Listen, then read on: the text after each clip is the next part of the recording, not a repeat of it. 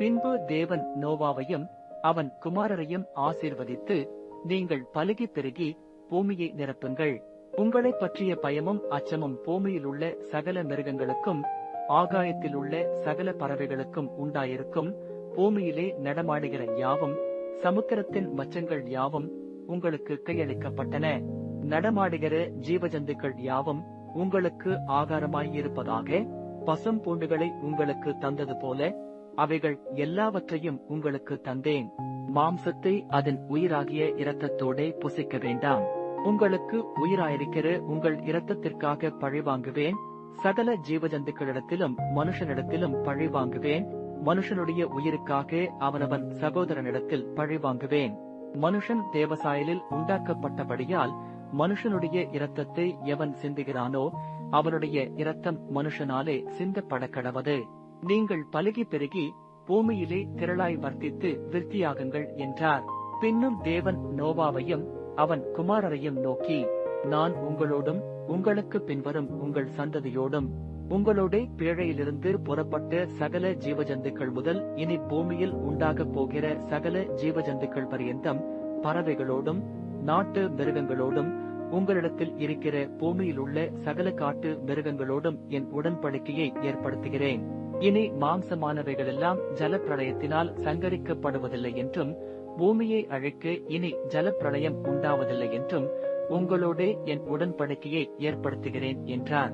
அன்றியும் தேவன் எனக்கும் உங்களுக்கும் உங்களிடத்தில் இருக்கும் சகல ஜீவஜந்துக்களுக்கும் நித்திய தலைமுறைகளுக்கென்று நான் செய்கிற உடன்படிக்கையின் அடையாளமாக நான் என் வில்லை மேகத்தில் வைத்தேன். அது எனக்கும் பூமிக்கும் உண்டான உடன்படிக்கைக்கு அடையாளமாயிருக்கும். நான் பூமிக்கு மேலாய் மேகத்தை வருவிக்கும் போது அந்த வில் மேகத்தில் தோன்றும். அப்பொழுது எல்லா மாம்ச ஜீவன்களையும் அழிக்க இனி ஜலமானது பிரளயமாய் பெருகாதபடிக்கு எனக்கும் உங்களுக்கும் மாம்சமான சகல ஜீவஜந்துக்களுக்கும் உண்டான என் உடன்படிக்கையை நினைவு கூறுவேன். அந்த வில் மேகத்தில் தோன்றும் போது தேவனுக்கும் பூமியின் மேலுள்ள சகலவித மாம்ச ஜீவன்களுக்கும் உண்டான நித்திய உடன்படிக்கையை நான் நினைவு கூறும்படிக்கு அதை நோக்கி பார்ப்பேன். இது எனக்கும் பூமியின் மேலுள்ள மாம்சமான யாவுக்கும் நான் ஏற்படுத்தின உடன்படிக்கையின் அடையாளம் என்று நோவாவோடே சொன்னார். பேழையிலிருந்து புறப்பட்ட நோவாவின் குமாரர் சேம், காம், யாப்பேத் என்பவர்களே. காம் கானானுக்கு தகப்பன். இம்மூவரும் நோவாவின் குமாரர். இவர்களாலே பூமி எங்கும் ஜனங்கள் பரம்பினார்கள். நோவா பயிரிடுகிறவனாகி திராட்சத் தோட்டத்தை நாட்டினான். அவன் திராட்சரசத்தை குடித்து வெறிகொண்டு தன் கூடாரத்தில் வஸ்திரம் விலகி படுத்திருந்தான். அப்பொழுது கானானுக்கு தகப்பனாகிய காம் தன் தகப்பனுடைய நிர்வாணத்தைக் கண்டு வெளியில் இருந்த தன் சகோதரர் இருவருக்கும் அறிவித்தான். அப்பொழுது சேமும் யாப்பேத்தும் ஒரு வஸ்திரத்தை எடுத்து தங்கள் இருவருடைய தோள் மேலும் போட்டுக்கொண்டு பின்னிட்டு வந்து தங்கள் தகப்பனுடைய நிர்வாணத்தை மூடினார்கள். அவர்கள் எதிர்முகமாய் போகாதபடியினால் தங்கள் தகப்பனுடைய நிர்வாணத்தை காணவில்லை. நோவா திராட்சரசத்தின் வெறி தெளிந்து விழித்த போது தன் இளையகுமாரன் தனக்கு செய்ததை அறிந்து, கானான் சபிக்கப்பட்டவன், தன் சகோதரரிடத்தில் அடிமைகளுக்கு அடிமையாயிருப்பான் என்றான்.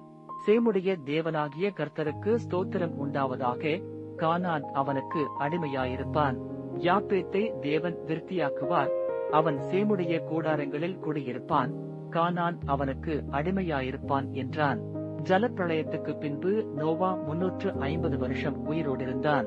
நோவாவின் நாட்களெல்லாம் 950 வருஷம். அவன் மரித்தான்.